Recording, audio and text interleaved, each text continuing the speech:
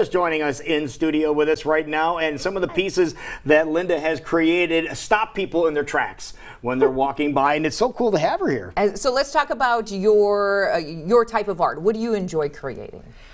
Well, I enjoy creating people out of clay. People out of clay? What got you started on making people out of clay?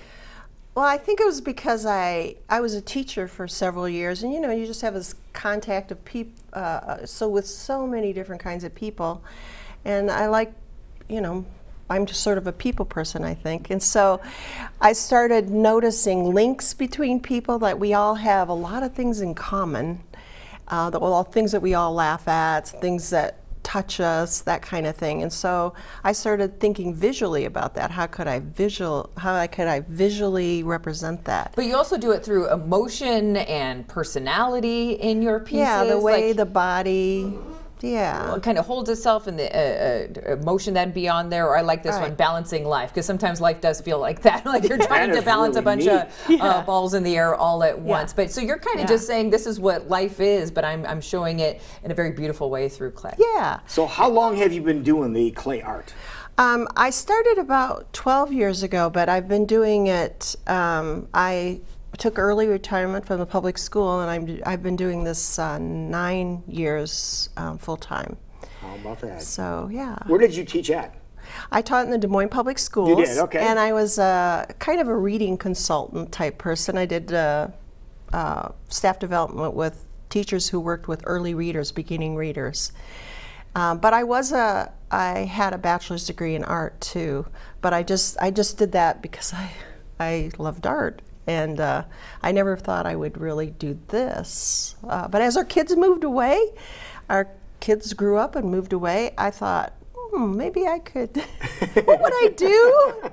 How fun when is I'm done that? with this teaching thing, which I really liked. So anyway, so I just started doing this, and I don't know, I became obsessed with making Little clay people, figures, trying to capture people. I'm so jealous of people that have this incredible talent and are able to share it. And we want to talk about Des Moines Arts Festival, which we have video of. If you're wondering what we've been talking about all week long, it's just an incredible opportunity to meet so many wonderful artists like yourself, Linda. But this is 9 years. You've been a part of this festival, correct? So you've been part of it since you first started getting going. Oh, yeah. So what keeps bringing you back to this amazing festival? Well, besides the fact that it's well run and all those sorts of things, there's a good vibe being around really good artists, and I always, I don't know if I feel in awe of them, but that's probably a good description, because you're around these people. I don't know, it just sort of drives you, especially artists who work by themselves a lot. And then to be around other artists and see what they're doing, and just the conversation around it, and then conversation with people that come in and talk about it. Does it get you recharged when you come to the art festival like this? Yes, it does. And I'm sure with all the people that are going to be there, because there's estimates, some estimates have it at 200,000 people are going to be in the downtown area over the next several days. I'm sure you see even more people and get more ideas. Yes. And though, it sounds like, oh my gosh, 200,000 people, I don't want to be downtown when it's 200,000 people. But there are really good times to go too, right away at 11. And then there's sort of a slow down time between 3 and 5 or 6, so that's a good time to go. We got little some tips here from the artists themselves this morning. Well, obviously people are in awe of your work, because you were chosen from a pool of 1,200 applicants. That was now the final roster of 178. So you were chosen to be one that we highlight here in our community. Yeah, well, thank you. It's so fun. Some other tips that you wanted to give today is, a lot of time people have the perception, obviously it's free to get in and there's wonderful concerts and other things happening, but when it comes down to the art, a lot of people are like, I just can't afford the amazing pieces that are brought in, and you're like, hang on, there's something for everybody. Yes, and like this, my smaller stuff was already in the booth, so I couldn't grab it, but and the smaller stuff is under $100. Yes. So and if there are many booths that have things that are under $100. So you can look for them. And the other thing is, you can think about next year, okay, if I wanted to buy that, what's my latte is so much whatever. Just skip a couple of those and I can afford that. Now, what do you have in your hand here? What is this?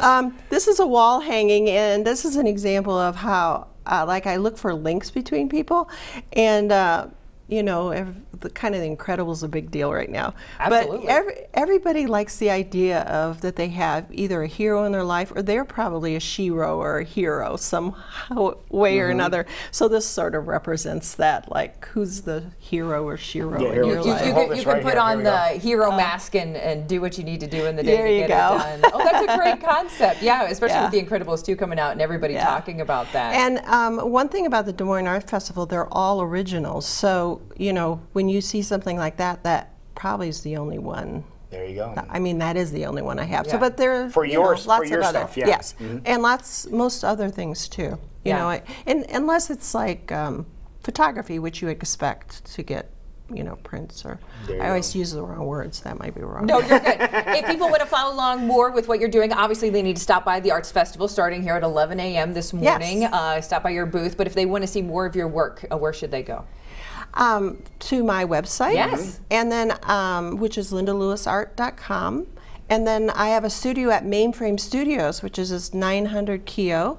And they're usually open between 9 and 7. The doors open. You can go up to the 4th floor, and I'm up there almost every day. My husband's here, right, dear? He's like, I'm helping out. Yeah, no, I'm working every day. Good for you. Well, creating some amazing things. Do you know where your booth is located at the Arts Festival? Yes, it's at the corner of, I think it's 14th and Locust, but it's 47. It's on the corner. Number 47.